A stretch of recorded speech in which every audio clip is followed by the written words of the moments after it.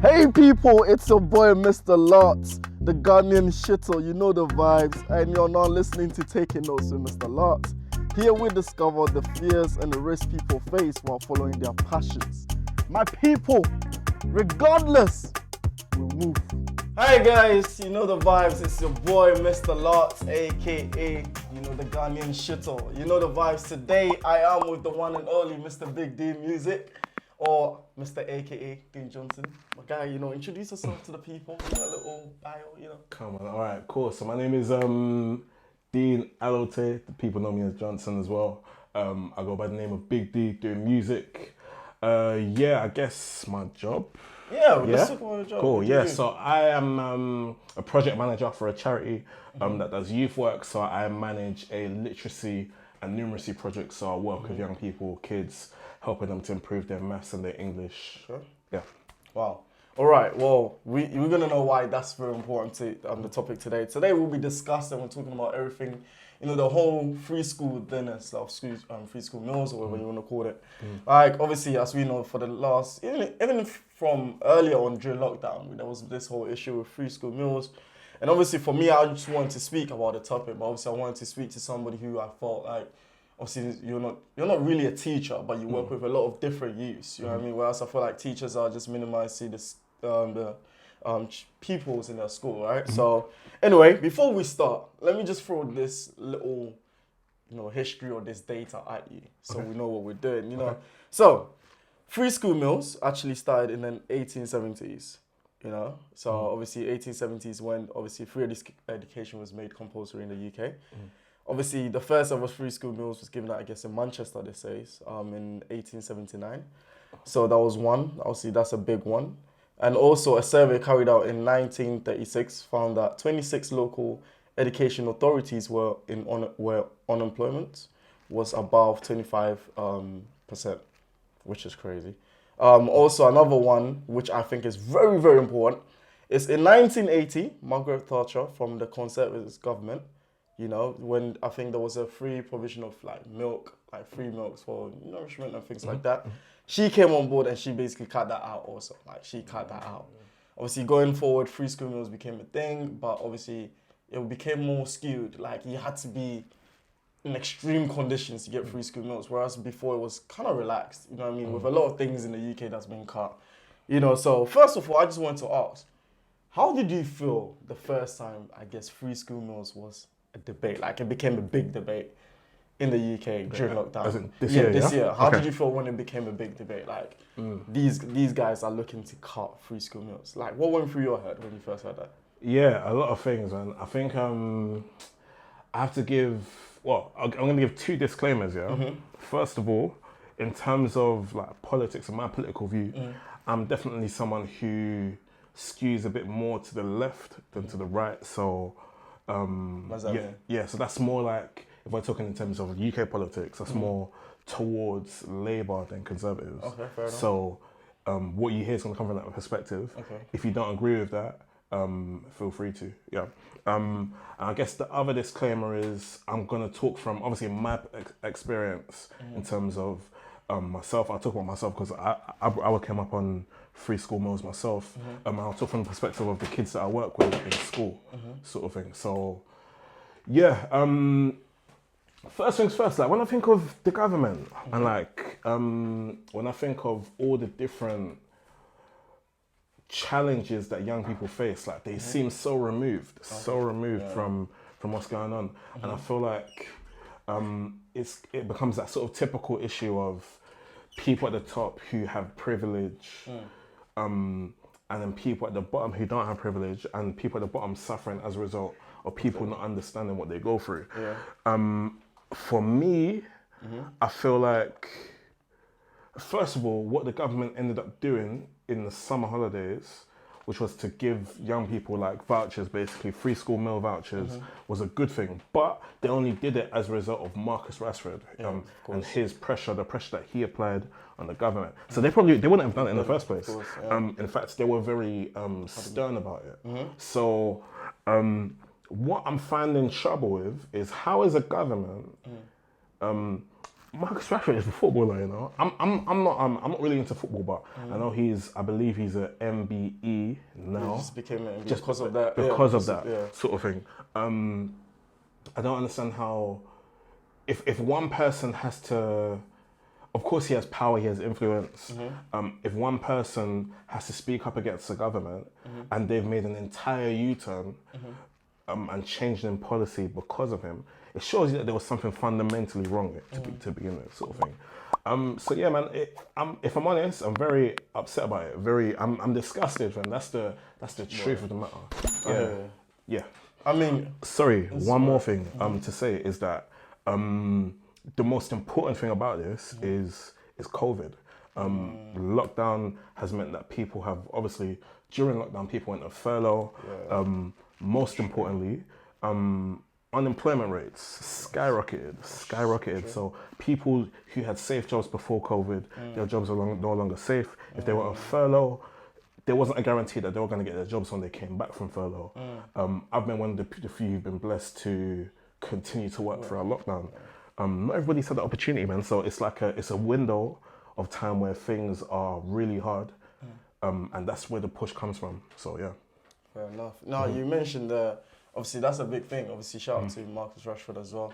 What he did there was that was inspiring. That was crazy to see. And just like you were saying, I think I was looking at that and saying, wow, it took an influential English footballer to come out and say something. It makes me question, okay, if he was not English and it was from somewhere else, would they have even listened to him or whatever it may be? But nonetheless, they did listen to him and that did happen. But as you said, I think the conversation has to go like this. Honestly, how does it look, or what does that communicate? Because obviously we all, as you said, you're skewed to the left, so obviously it's all right to be biased. Obviously, if you feel any sort of differences, comment down below and let us know your views. But yeah, obviously, even though you're skewed to the left, I think one of the biggest things we have to look at here is, what does that communicate to minorities? And we're not just talking black people here, we're talking every minority, every race, people. Obviously, in our communities, let's talk about where we come from. Obviously, we're from South London. So when we were growing up, we saw, obviously, the common thing that we knew was, right, these guys don't care for us. So we have to do whatever we can to get where we need to be. Exactly. So what do you think that communicates to the younger generation, most of the kids you work with and things like that? How do you feel that communicates? It's a good question. So I think for me, I work in a range of different schools. Right now I work before lockdown I was working in 5, or out, and I'm working in 4 different schools in different boroughs. So I work in South London, so Southwest, Southeast, in North London and in East London. So there's like a big scope. Obviously it's not the entire scope, but it's a big range. So you have kids who, like you said, you come from minority ethnic backgrounds. You have black people, you have Asian people, you have white working class people, and so on and so forth. I think what it goes to show is that very same thing, that contention that people of poorer backgrounds, that sort of contention of the people above don't really care about us. They were giving us the support. Now they're not giving us the support, and most importantly, the nation is basically in a time of crisis, really what it is, and we're still working through the crisis, and we're not gonna see some positive changes. Things are gonna get worse before they get better, at least until next year. So for them, it's almost like,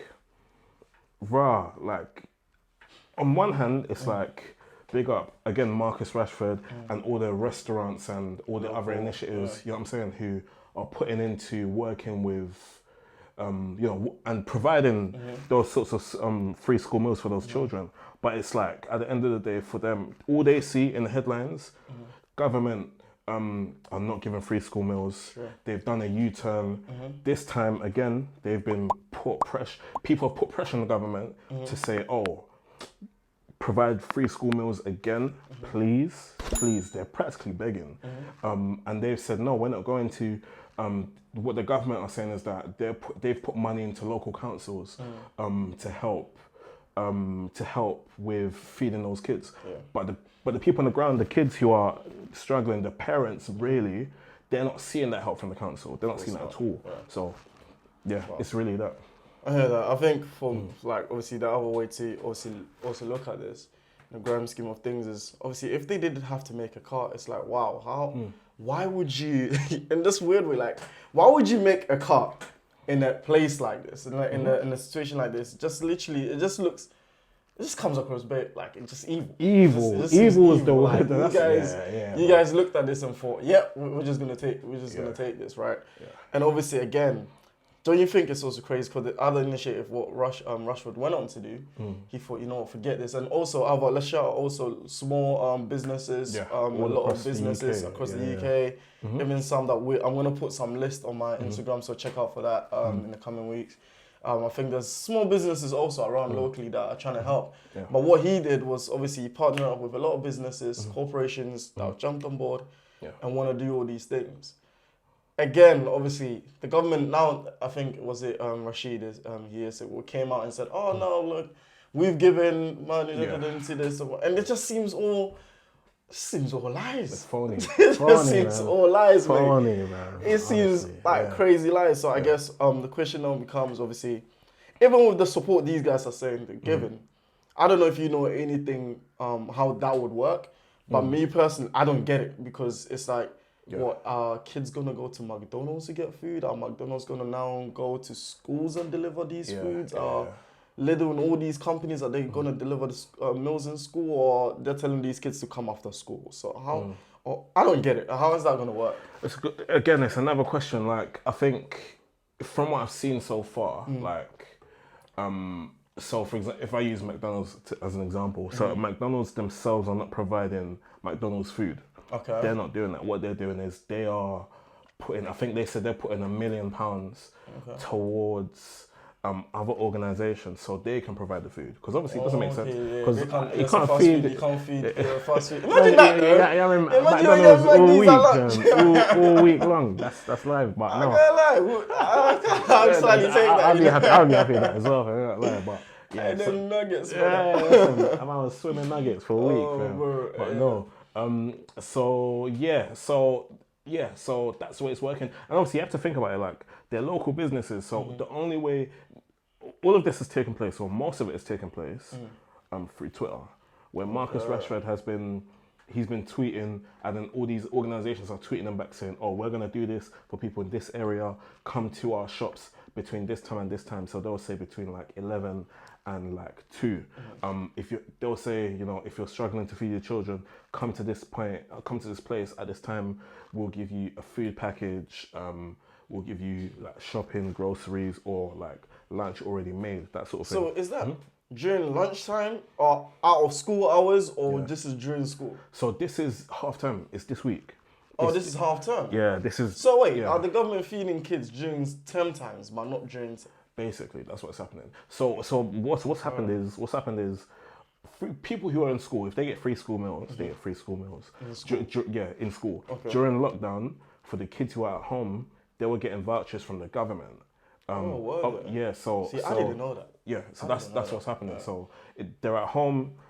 They're not doing school, like as in, let's say between like March and June, July, when they weren't in school, they were getting vouchers and things because they were on free school meals. Okay. Now, the government were cutting that off at the end of the school term. Marcus Rashford says, no, please carry it on through the summer holidays. At first they said no, and after his pressure, they said yes. And so they've done that, and now we've come into the school term. And now half term's come. Yeah. Okay. So this whole push has been about half term this week. We're in the middle of it already. Okay. So yeah. All right, fair enough. Okay, since we're in the middle of it, obviously I know this term, weirdly enough, I'm saying some half terms are 2 weeks. So I'm guessing this will probably go on for a 2 weeks period. That's true. Right? Yeah. So I think it will still push out some organizations in the coming weeks as well. When this comes out, I think it'll be in the last week of it. I think obviously that's a good initiative. You see what you said, that I didn't even know that. Because in my head, I'll be honest, I genuinely thought they were actually also cutting out free school lunch meals as well. No. So I thought they were doing that. But again, even looking at that, it's a shame that he still had to come in to convince them, because in lockdown you are giving people, you're giving furlough money and things like that. But you really understand that certain people lost their jobs. Yeah, exactly. So if you can't, if you stop giving them these vouchers during lunchtimes or even stop giving them during term time, because a lot of people are still unemployed. Yeah. I think they forget that. Yeah, a lot of people are still unemployed. The unemployment rates are some of the highest they've ever been, like as a result of COVID sort of Exactly. thing. I think I heard this morning actually, the House of Lords produced a report during the summer holidays to say that it's like 4.2 million kids are in relative poverty right now. And I think the Department for Work and Pensions said that I think about half of those are in absolute poverty. So I think the difference is that where you've got absolute poverty, you've got kids just cannot afford, or parents cannot afford to feed their kids. Wow. But then when you've got relative poverty, I believe, I might be wrong, don't quote me on this, but I think it's that when you've got 4.2 million children, their parents are working. Well, some of them are working, some of them are not working, but some of them are working and they're not able to make ends meet. So it's not even, so you have the argument from people on the other side who say, in fact, I think it was the government who said this, that how, if parents should be responsible for feeding their kids. Yeah, I've seen some MPs say this. They've come out to say this because obviously they have money, so... That's what I'm saying. So parents should be responsible for feeding their kids, but of course, like... If we've lost jobs, how are we going to feed our kids? That's what I'm saying. On top of that, you've got people who are... they're not chilling at home. Yeah, like, they're not sitting down there nothing. They're doing one job, two jobs, and they're struggling to make ends meet. Yeah. So, yeah. It's crazy. I think, with that said, I think the government, obviously, conversations have gone on into what these guys have done. I think I'm not going to lie, I've lost faith in this government. I've just given up. I think more so where I'm at is, I've come to a place of, okay, what Rashford is doing, as in, how can we individually, how can we help? What can we do? What can you do to help? Obviously, I've seen some even rappers go out, even yesterday. So when these rappers just go out and just bought these kids, shout out to SL, bought these kids a meal, from restaurants and things like that. So it's come to that place where it's like, nah, you know what? Forget these guys. We have to go hands and feet. Like, we literally have to start putting our hands, to the ground now and start doing things, some initiatives. Can I say something? Yeah, go on. So like, I was listening to BBC4 Radio this morning, and some of the arguments that people from the, like, people who don't agree with, like, the government putting out free school meals for half term, some people are saying, like, that the government, because obviously the government have been bailing out people in every sphere of life, basically. Of course. They've been saying that like, it has to come to a stop at some point, because obviously the government can't feed all the kids all the time up until they go to 16 years old, sort of thing. But I think that the main issue here is that that we're in a crisis period, sort of thing. That how if there should be support given, it doesn't have to be until forever. Like, you know what I'm saying? Of course. It just needs to be up until this the country's, you know what I'm saying, stable. You know what I'm saying, and the country's in a better position to, yeah, man. I think coming off that, one of the key things that I wanted to kind of speak to you about, obviously, to just come off the free school meal stuff, is let's talk your company, SLP, I think it is. Yeah. I'm not gonna lie, I did XLP actually. Oh, is it? SLP, I did SLP, I did. Yeah. They used to come to Aylesbury, Wharf Road, obviously, yes. Wharf, shout out to, I went to Wharf, so XLP came, obviously homework. I'm not gonna lie though, we had a double-decker bus. I don't know if that's something you guys still do. Still do those, yeah. So there's games in there, things like that. I'm not gonna lie, I genuinely didn't go for the homework.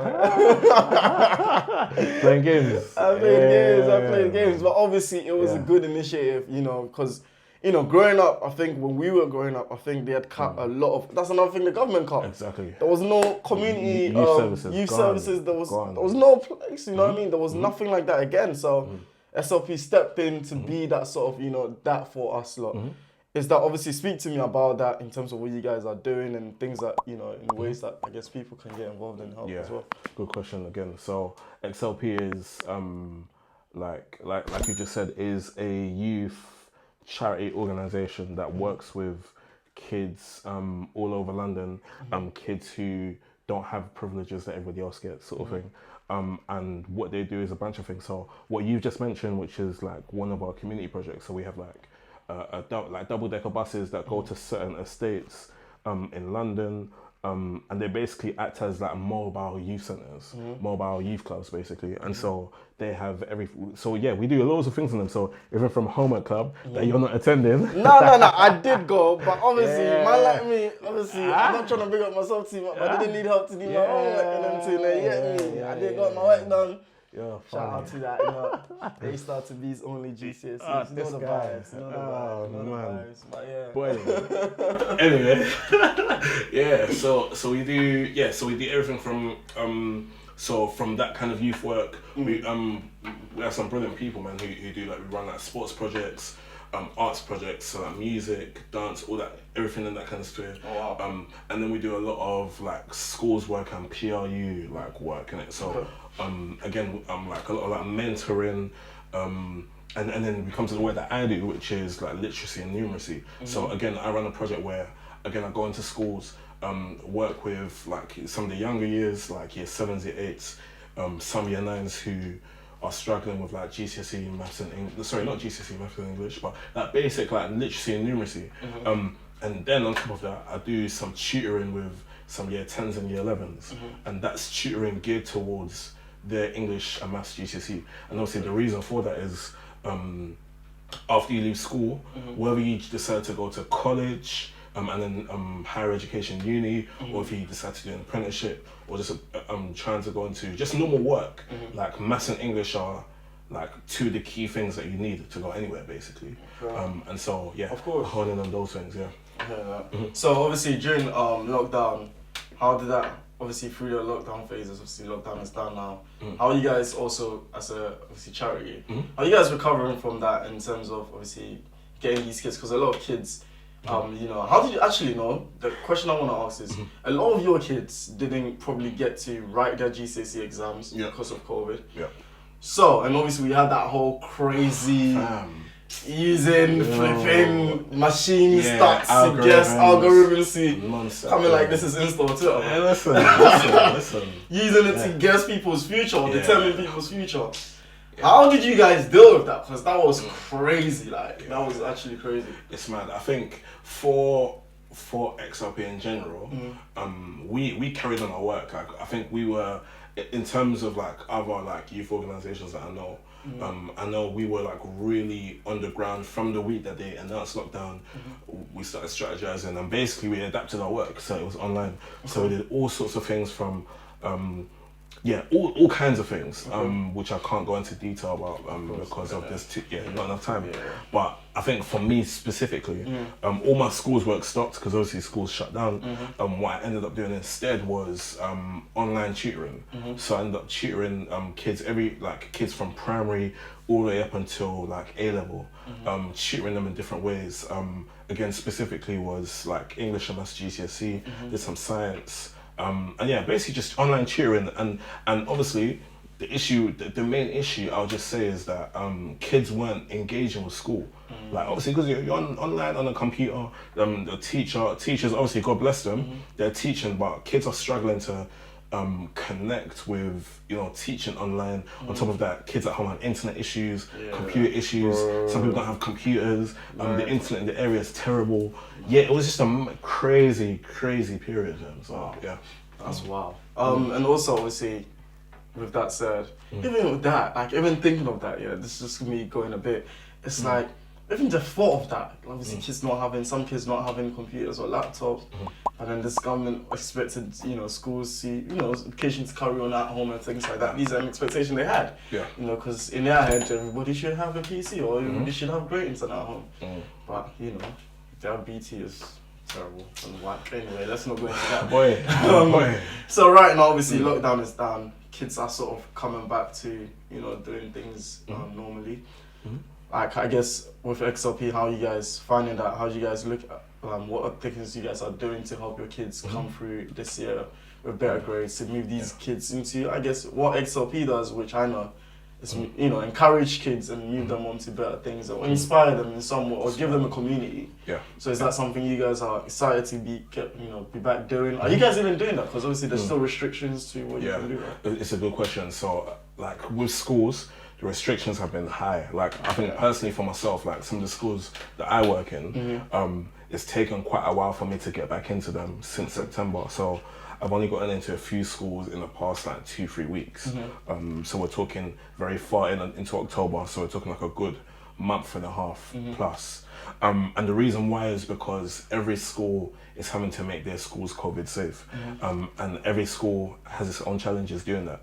The first thing that they're doing is like putting every year group into different bubbles. So in one school that I work in, they've literally sectioned off schools and different floors, and certain year groups are only allowed to be on that floor. So where in secondary school you would move from one class to another, everybody's staying in their same classrooms and they're going to be there like all day, all week, which is it's depressing. It's a lot to deal with. So there's that. Then on top of that, there's like they're having to change timetables. So like they've changed everything. So a lot of schools, year 7s, 8s and 9s run according to one timetable, and then year 10s, year 11s and sixth forms run to a different timetable. So everybody's confused about everything. Everybody's still getting used to things. Everybody has breaks at different times, lunch at different times. It's pandemonium, that's the truth. Like there's a lot. So there's a lot to deal with. And I guess in terms of like us, we can only do what we have been doing, which is again going into schools or trying to go into schools to offer support, mentoring, myself doing English and maths, and then my other colleagues who do different things in terms of like broader things, so like like your arts, your sports, your mentoring, those things that kind of keep kids' spirits high. Do you know what I'm saying? So yeah, I think obviously into coming to closing, what would you say, I guess for you personally, what would you, I guess, what's your hope for, I guess, the young people coming up in the generation that you are looking after? What would be your hope for them, obviously through this crisis, through everything with the government that they're having to deal with free school meals, obviously with lockdown and all these things? What would you say to them? Like, what's your hope for them personally? I think my hope is that, in fact, before I even talk about my hope, it's important to acknowledge the situation that they're in. First things first, a lot of people have lost how many months? So March, April, May, June, July, 6 months of teaching. Let's just put it like that. That's the truth of it. That's a lot of time. And we didn't experience that. Like what kids in school are going through right now is a very unique scenario. So you have to understand. Just to cut you there for a bit before you continue, before you mentioned that when lockdown first came, and these guys didn't have to do exams yet. Oh my days. Do you know what? Yeah, I know what you're thinking. Let's be real. We all thought about it. We all thought about it. Imagine if I was there and I didn't have to do my exams no more. Do you know what? Especially them A-level ones, you're thinking, what? My predicted grades, I can't hold that car. Bro, A-levels are hard, man. Oh, hard, good. definitely hardest. Listen, GCSE, come on, I'll do that one. Boy.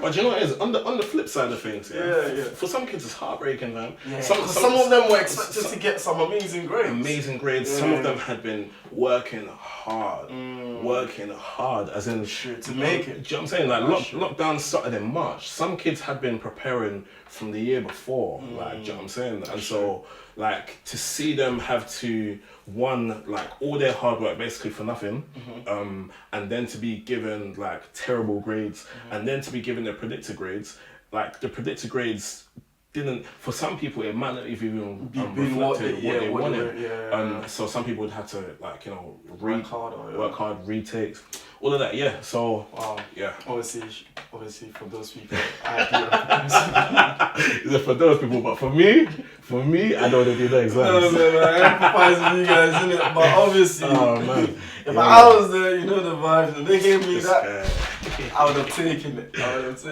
But anyway, your hope for them before we finish. Man, my hope is that it's a hard time. My hope is that kids will, despite the difficulties, that they will apply themselves to school in the way that it is right now. For them to just work hard despite the circumstances, because I guess like a lot of kids, especially kids who are underprivileged have a lot against them already. There are a lot of things that they're already fighting. They go home, you know, there might not be food on the table, or mum or dad is working 2 jobs so they don't see their parents. You know what I'm saying? There's just not enough money for different things. So they may be going through all sorts, but my hope is that that they can push and that basically they can make a better life for themselves, really. And obviously, some of that is through applying yourself to education. And yeah, man, that's what it is. Yeah. All right, kids, you know, guys, if you're listening, we're gonna put some of the links, you know, to some of these amazing organizations. Again, or check out for that this week. Also, you know, make sure you like, subscribe, comment. Yeah, leave me your opinions as well. As Dean said, obviously he's on to the left side. Probably you could hear from my voice, obviously, even though I was really educated, you could hear my views. But yeah, let me know what you're thinking. Again, Dean, thank you so much for coming through. I do appreciate it. Thanks for the knowledge. Guys, again, thank you so much for tuning in. I've been your guy, Mr. Lartz, aka the Ghanaian shitter. You know the vibes. Jeez. I'm our guy, Big D, and we are out. Peace. Thank you. Great stuff. Say no more. Great stuff. Let me do one thing. Let me do one shot something here. Let me do one shot something. Okay, guys, as you heard, obviously, during lockdown, I hope that, you know, I was quite happy I was jealous because these kids, you know, some of them were not writing their exams, especially the A-level kids. Be real with me. How were you feeling for guys in my generation when you heard these kids didn't have to take exams? Group chat was popping off, so you might not go quite on me. I know some of you were like, "Raw, you can't believe it." Obviously, don't get me wrong. I'm just talking about that part. I'm not trying to move like I didn't care to hear that some guys didn't get what they wanted. No, that's not what I'm saying. But I'm just wanting to focus on that. But everyone should try to act holier than that. Please don't do that. Relax, don't judge me. But anyway, you know the vibes. Let me know what you were thinking. Peace out. Wow, what an episode. Well, I hope you had a good time. I hope, you know, you took some good notes too. And remember, don't be greedy. Share this with your family, your friends, your neighbors, and even your ancestors. Stay tuned for more Taking Notes with Mr. Lartz. And remember, one more thing. We move regardless.